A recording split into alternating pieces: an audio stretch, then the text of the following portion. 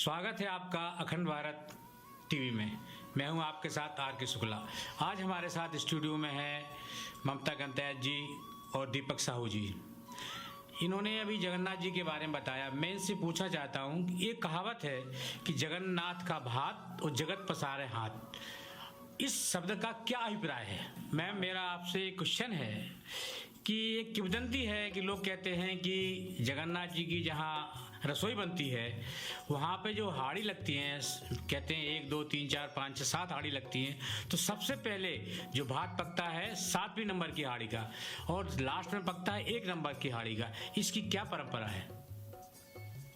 पहली बात तो ये बताना चाहूंगी मैं कि ये किंवदंती नहीं है, ये सत्य है। और जो जगन्नाथ जी का रसोई है वो विश्व का सबसे बड़ा रसोई है, जहाँ एक बारी में बहुत भोजन बनता है और ये डेली बनता है। दूसरी चीज़ ये है कि यहाँ बिल्कुल पारंपरिक तरीके से भोजन बनता है। मिट्टी की चूल्हे में लकड़ी से और मिट्टी की बर्तन में बनता है और एक मिट्टी के हांडी के ऊपर दूसरा हांडी रखा जाता है। ऐसे 7 हांडी रखे जाते हैं और ये महालक्ष्मी जी की रसोई है। मान्यता है कि जब पहली बार यहाँ पे रसोई बना था वो महालक्ष्मी जी ने बनाई थी और अभी भी वो आग चली आ रही है, तब से यहाँ पे रसोई वहीं से होती है। और ये रसोई का विशेष महत्व यही है कि जो सबसे ऊपर वाला हांडी है उसका चावल सबसे पहले पकता है और सबसे नीचे वाला लास्ट में। तो ये कहा जाता है कि माँ महालक्ष्मी का यहाँ पे आशीर्वाद है और उनकी ही आशीर्वाद से यहाँ पे प्रसाद बनता है। जगन्नाथ जी तो सारे संसार के स्वामी हैं, ना उनके यहाँ कोई हिंदू है ना उनके यहाँ कोई मुसलमान है। सुना है एक मुसलमान उनका बड़ा भक्त था, अगर वो नहीं आया तो रथ आगे नहीं बढ़ा। लोगों ने काफी कोशिश कर ली, ऐसा क्या है? हाँ, कहानी ऐसा हुआ कि रथ यात्रा के दिन रथ रुक गया। राजा परेशान, करोड़ों भक्त परेशान। सबने सोचा कि रथ क्यों नहीं हिल रहा है।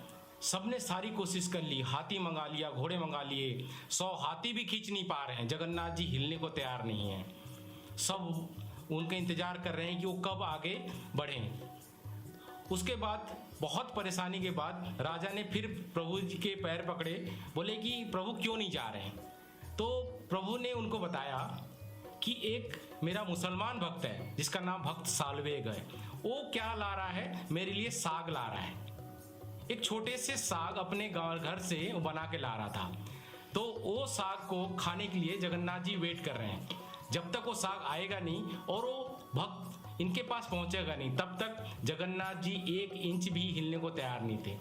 फिर राजा ने रथ भेजी, भक्त सालवेग को बुलाया और फिर से उनको जब प्रसाद चढ़ी, जो साग की, एक तुच्छ साग की, जिसके पास 56 भोग होते हैं, वो एक थोड़े से किसी गरीब के साग से भी इतना संतुष्ट हैं कि वो आगे बढ़ने को ही तैयार नहीं थे। जब उनको साग का भोग लगा फिर रथ उस टाइम आगे बढ़ा।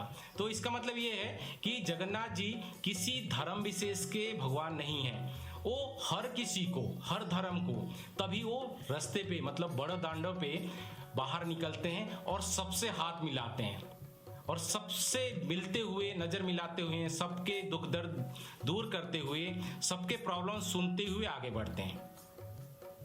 जगन्नाथ जी के बारे में ऐसी ही तमाम कहानियाँ, जो सच्ची कहानियाँ जानने के लिए बने रहिए अखंड भारत टीवी के साथ। अगली कड़ी में हम आपसे फिर मिलते हैं, तब तक के लिए जय जगन्नाथ।